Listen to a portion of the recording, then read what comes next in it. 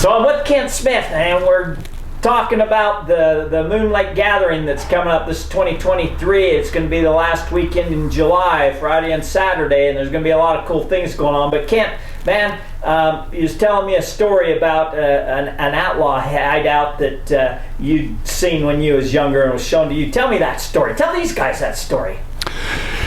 All right, Terry asked me to tell this to him when he's got a camera. We've talked about it a little bit and that, and I told him, well, this is one of them I give him everything I have on it. This is one I can't give you all the information simply because we haven't checked out all the stuff as good as we'd like. But tell you the basic story, and this is when I was a young man, and I'm old codger now, but when I was a young man, my scout leader, my first scout leader, who got to be like a father to me, and he would take me out quite a bit.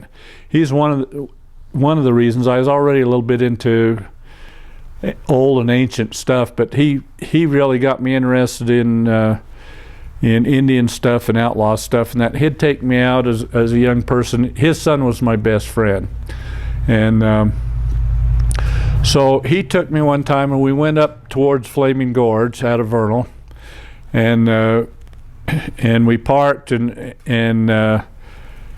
we won't divulge where that's at because it's too easy to find if I told you. But we parked and we went over, and there was a drainage, and we started climbing down into the drainage. And the place we were at, to get down into the drainage, you had to go over a lot of ledges that were 6 to 10 foot maybe high or something, and pick your way down and to off some ledges, and it was, the whole thing was made out of rock. It wasn't dirt. It was pretty steep all the way down, and so you'd pick your way down through all these boulders and rocks and ledges and cliffs and that. And so we went down quite a ways, about halfway down the drainage to the bottom, and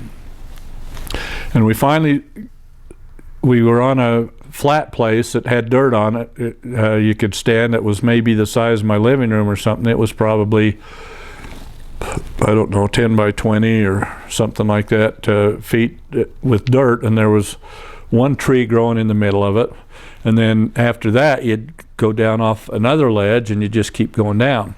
But we stopped there and we're standing there by this tree, and he says, so look around and tell me if you see anything unusual or that. And so I looked around, and it was just a dirt patch with a tree and ledges, and I looked at the rocks, and they didn't look anything different, just boulders and rock faces and one thing or another. I said, nothing looks different to me. And he says, you're standing on the roof of what I brought you to show you. And so we climbed down on the sides, and it was a cabin, and as he started telling me the story and showing it to me, he figures it was because you had so much outlaw traffic up through Brown's Hole and all those places up by Flaming Gorge. He figured it was one of the outlaw cabins and that they would.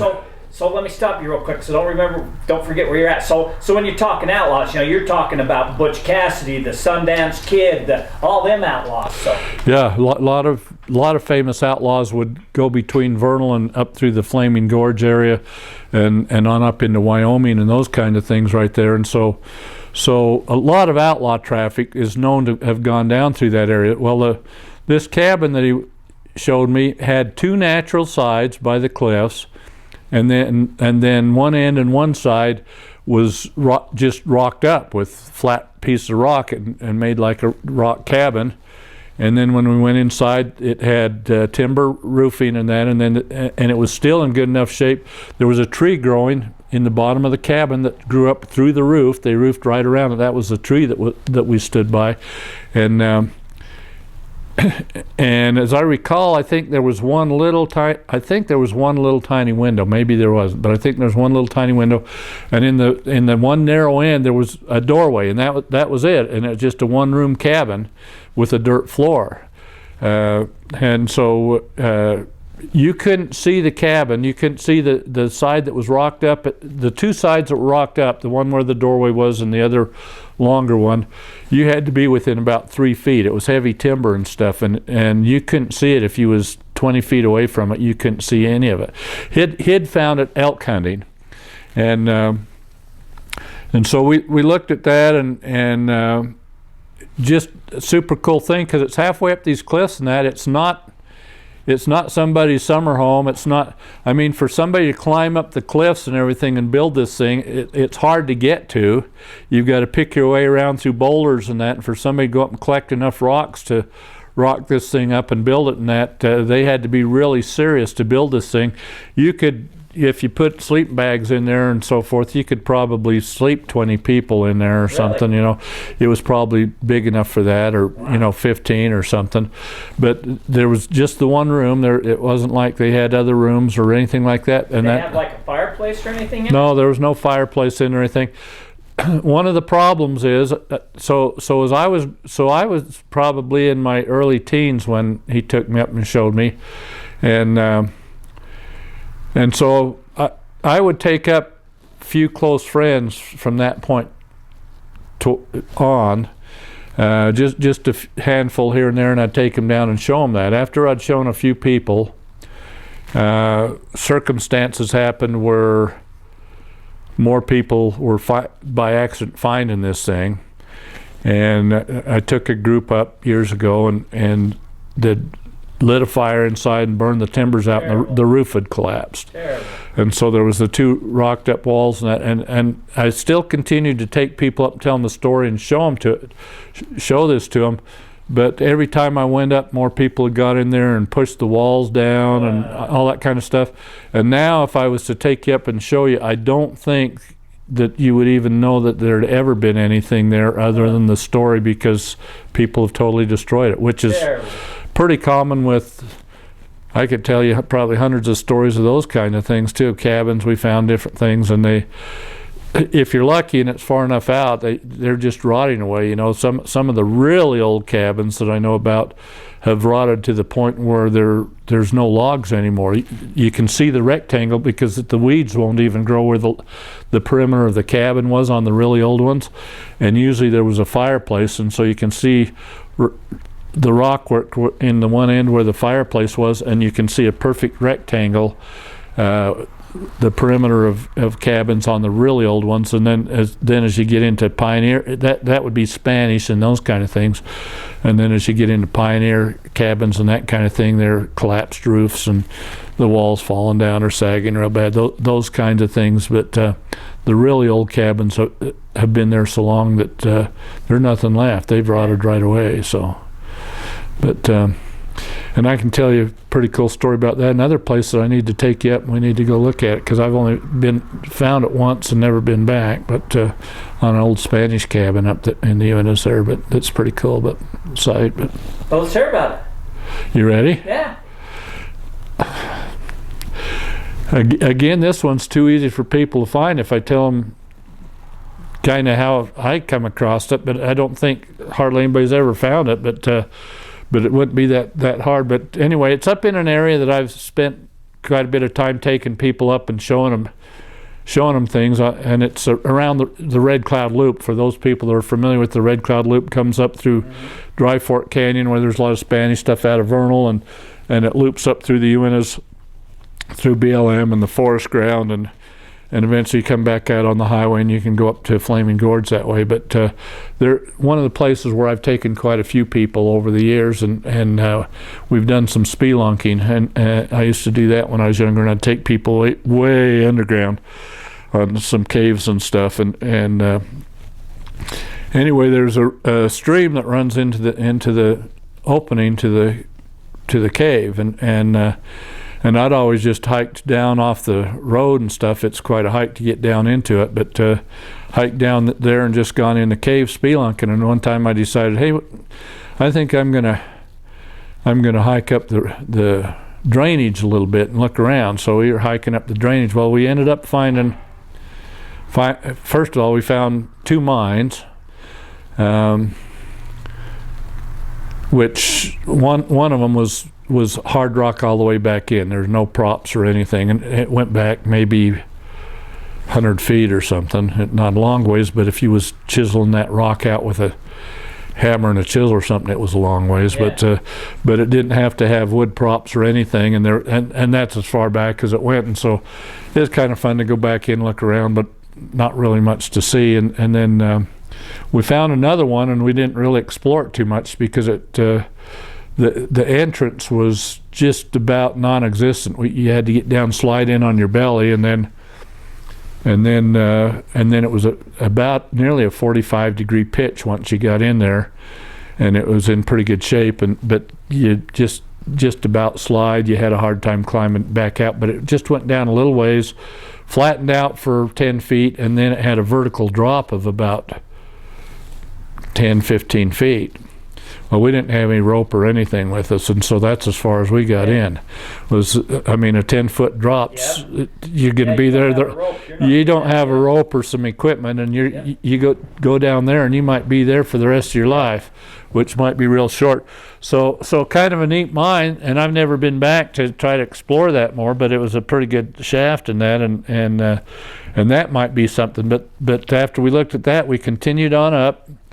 And I just decided there was a little tiny drainage coming into the bigger drainage we were in that cut off to the left, and I decided to go up that a little bit. And I went up there not very far, up the southern drainage, and here was one of those things I was talking about. There was immediately when you go up there, people hunting or that might walk right through the middle of it and never know, but I have people ask me that all the time. They say, well, how do you find all this stuff and that? And I says, you find what you're looking for. If I'm looking for an elk, or if I'm looking for a deer, a moose, or a bobcat, or a mountain lion or that, I'm looking for tracks, I'm looking for trails and that kind of thing. And if I find that kind of stuff, that's what I find. I can walk right through Indian ruins or outlaw or Spanish stuff and that and never even notice it's there. And that happens to people all the time, every day. And I says, when I go out, whether I'm deer hunting or no matter what I'm doing, I'm looking for anything and everything. And you can't go anywhere in the state of Utah without there being tons of stuff. It's just that most people aren't looking for it and never see it. Yeah. And so, but if you're looking for stuff, immediately when I walked up there, it was evident because it was a log cabin. Again, it's not very big, probably again about the size of this living room, maybe 20 feet by 15 feet or something like that. And the logs they used were probably nearly 12 inches wide. And there's weeds and wildflowers and stuff growing real thick up in that area where I was at. And there may be waist high or something. And where the log cabin had sat, there's no logs left at all. It totally rotted away, but no plant life would grow where the logs had sat. And so you can see a complete rectangle, and because they did dovetailing and things like that, even when you got to the corners, there'd be little stub out where no plant life on the corners and stuff. And then in the one end, there was a little rock pretty much fallen down, but maybe 3-4 foot high, rocked up fireplace in the one end of the cabin. Now that's old enough when the logs have totally rotted away that's probably Spanish. So I know about other cabins. I did work for some commercial people up there building some cabins for commercial snowmobiling and things like that, and they were up in some old mining areas and that are fairly close to there, and so I know where there's other things that date back to Pioneer Day. We looked at some of those cabins, but they're the type where the roofs are collapsing and things like that, but you can still see the old rotted logs are still there and stuff, but from early Pioneer Day. But this particular one, and the other two mines, I'm guessing were probably Pioneer Day, but the one didn't have props or anything in it, so that and also because you could stand up and walk in it. Most Spanish mines you can't stand up in and walk in that, because they didn't take out material unless it had ore, gold or silver ore in it. So they would take the veins out, and they'd have the Indians go in there and mine those, and is all they needed to mine was the ore and enough room to squeeze little skinny starving to death bodies through, and that's as big as most of your Spanish mines are, and that, whereas the more modern ones, some of them I know about, you have to stoop over or something, but most of them you can stand up and walk in, and you might reach out and touch them on the sides of that. Those are not Spanish mines. That's way too much work for what the Spanish wanted. They just wanted to go in and take out the ore and be done with it. So with that said, man, we got the Moon Lake Gathering coming up. This 2023. It's going to be the last weekend in July, Friday and Saturday. So we kind of already covered Friday's speaker, Saturday's speaker. What can you tell me about True Otten? I know he's going to be talking about the Egyptians in the Grand Canyon, and you probably don't know exactly what he's going to talk about, but I'll tell you, he had some connections in Washington, D.C., high up government officials that gave him a lot of information. But you've done some research on the Egyptians in the Grand Canyon. Tell me a little bit about what you know about the Egyptians in the Grand Canyon, so that they know when they hear True, man, he got it right from some of the government officials. Yeah, the True Ott story, Terry, if I can't be there because of my health, you're gonna have to come and give me a word for word on that, because I'm real excited about. The way I understand it, and I haven't asked True Ott, I know True, but I haven't asked him how new the information is that he's got, but I think it's fairly new. I chased it quite a few years ago. I chased the Grand Canyon stuff, and I knew I met a guy here in Utah who had a nephew that lived down in Arizona who was connected with the Grand Canyon stuff, and at that particular time years ago, I haven't kept up with it, but at that particular time there was 3 groups that I know of for sure that were all trying to get information on it. For those of you, well, I don't want to give away the whole story, but just to give you an idea what's going on, and maybe we need to back up. I don't know if we need to say who True Ott is or not, but True Ott is a national figure. He's has radio programs and different things that are nationwide and those kind of things, and I'll just leave it at that until you either look him up or you come out to his presentation. But very knowledgeable guy, knows lots of interesting top secret stuff and those kinds of things. And so but anyway, so he's going to be talking about, well, back in the early or late 1800s, early 1900s, one of the early river expeditions going down through the Grand Canyon in the rafts and mapping and all those kind of things came across a opening in the side of Grand Canyon. Again, I'm not going to go into detail here, but it was published in newspapers in some of the towns back in the early 1900s, and they found fabulous stuff, a huge underground city, and they found artwork, and they found rooms with sarcophagus and mummies, and they just found all kinds of stuff, and the area is, and nobody knows why, but the area is illegal by federal government. You can't go in that area of the Grand Canyon. But according to the newspapers and that, before it was all over, one of the main characters from Smithsonian came out, and they supposedly took quite a few train car loads of artifacts back to Smithsonian, and then we're not talking Indian artifacts. Yeah, we're talking Egyptian-like or Oriental-like artifacts. Yeah, Egyptian or Oriental type artifacts and statues and things like that. But quite a fantastic story. But it's been out for a long time because it was published in newspapers. I've got copies of the newspaper reports. A lot of people have. Apparently, they're going to be telling some new stuff. A few things that I could tell you maybe to add to his presentation is when I was chasing it, this person that I was introduced to, never met him face to face, this nephew of a friend of mine. We chatted back and forth on the internet. This is way before Facebook and all that ever thought of existence. But he belonged to a group, and Fox News actually went with his group at one time. And I know of 2 other groups that were going at the same time. The particular group that I got involved with figured that if this is a huge city, they're saying there could be population in the tens or hundreds of thousands of people underground. I mean, huge underground city in that. And they figured if there was that many people in it, there had to be multiple openings, and there had to be air shafts and all kinds of stuff. So they were up on top of the Grand Canyon trying to find air shafts and those kinds of things, and trying to find other openings and those kinds of things. While their group was out there, they were under surveillance by the federal government with stealth vehicles. They had 2 stealth vehicles watching them, and they told me the stories about them. One of them, they were able to take some pictures of one of the stealth vehicles, which he sent me copies of that, about the size of a car, made no sound at all, but was flying around watching them. And that the other one they figured was about the size of one of those big helicopters that has the 2 big blades, one on either end, and they could hear it, but they couldn't see it.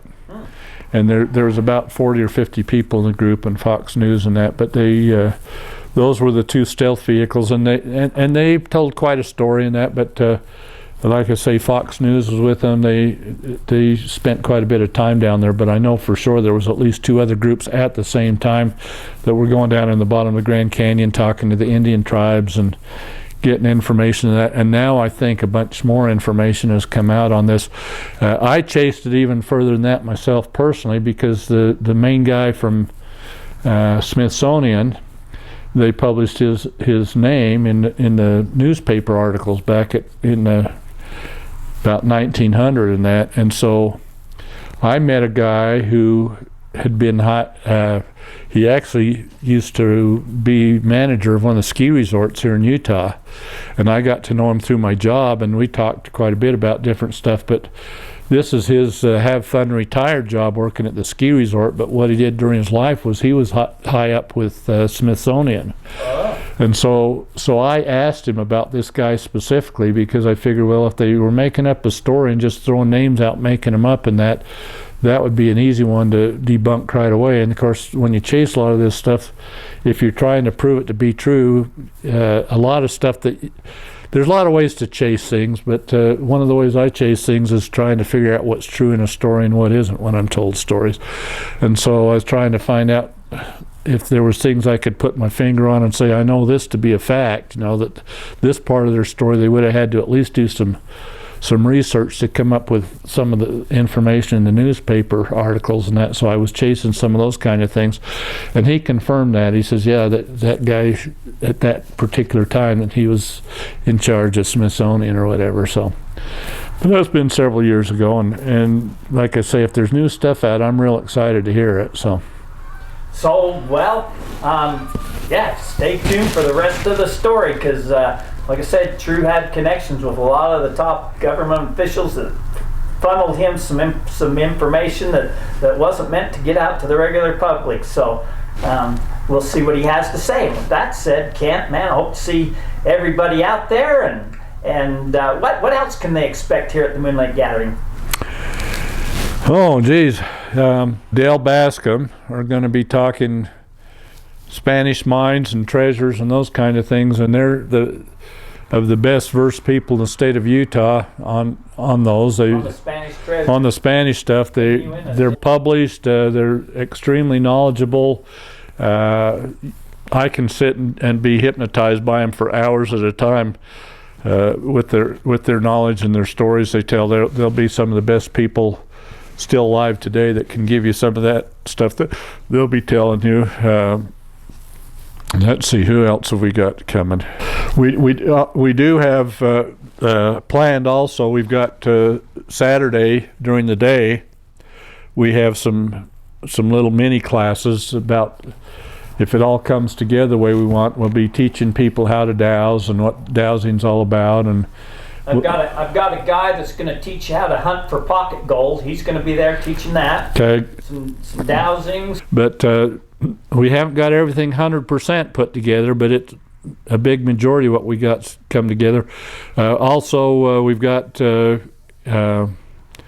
Gardner, Greg Gardner, that owns the lodge up at Moon Lake and runs the cabin rentals and that up there, and he's also got the bed and breakfast and little ma pa kind of grocery store gas station there in Mountain Home. And he's going to bring, tell me what the name of the machine is again? An XRF gun. XRF gun that's quite a few thousands of dollars. He will charge a fee. We don't know what that's going to be yet, but if you happen to have rocks that you've collected 30 years ago out in your backyard that you think is gold ore or silver ore or whatever in that, and you've ever wanted to have that assayed or really looked at close, for a fee, he's just bought this, a brand new piece of equipment he's got that's super fancy, and he will do a readout on it and tell you everything that's in your ore samples and that. There will be a charge, and if you keep tune with our Facebook channel, I think before you're ever coming out there, you'll be told what the fees are, so you won't have too much shell shock if you bring something up there. But that could be real exciting if you've got some pieces that you think you know where you got them, and you might be into your $1 billion mine or something. This is a good opportunity for you to have Greg look at it and say, yeah, you need to develop this. For that guy last year that he only showed just a select few people. He showed me and you. He thought they was old Spanish coins that he found, but they look older than that to me. They look Roman. It would have been super interesting to have one of them shot to see what the makeup of it was, to categorize it against some of the old Roman coins, some of the old, to see if it matched up or anything like that. So, yeah. I've got some pretty good chunks down in my office of ore that are nearly pure silver, I think. I don't claim to be an expert, but I've got quite a bit of geology stuff in that. But I think it's horn silver and that's nearly pure with visible gold in it. Which, if that's the case, that's super rich in gold if you can see it without a magnifying glass or anything. And that would be a piece, for example, that I would love to have Greg shoot it. I'm just a poor guy, so I'd have to find out how much he's charging. But I think we'll know that and have that posted. So those of you that may want to bring some. Was not cheap. It was like $30,000 or $40,000 it costed him. This is the top of the line thing. So he is going to be charging people to try and recoup some of his money. It cost him a lot of money to buy this thing. This is a brand new top of the line thing. So I know other people here in the state of Utah that have. I'm sure it's an older model because his is about brand new. But I know people here in Utah that have the guns, and they get hired to go to African places to shoot ore veins and tell them how rich they are, and that clear from here in Utah. So aside from the price of the gun, the trip to go to Africa or different places in the world and use them, they're in high demand and that kind of thing. And that so this is something that you're not going to find somewhere else. In fact, you may not even find it if you went in a specific assay office or something. The piece of equipment he's going to have that he can tell you what kind of ore samples you've got and those kind of things if you've got something. So another good feature of what we do every year. So there'll be a lot of stories being told. There'll be a lot of small circles. You see a small circle of people, man, you might want to eavesdrop and hear what they're talking about, because there'll be a lot of secrets told at this thing, and they don't really want to talk to everybody about it. We're going to be having an open mic where people can get up and tell stories, but treasure hunters, man, we're kind of a secretive lot, man. We don't like to tell our stories to everybody, but they'll be talking in small circles. So, man, if you see a small circle, eavesdrop on them. Yeah, I've had quite a few people that really want me to take them out to a spot where we can just load up the back of the pickup truck and hopefully not have to hike more than a few feet to pick them up.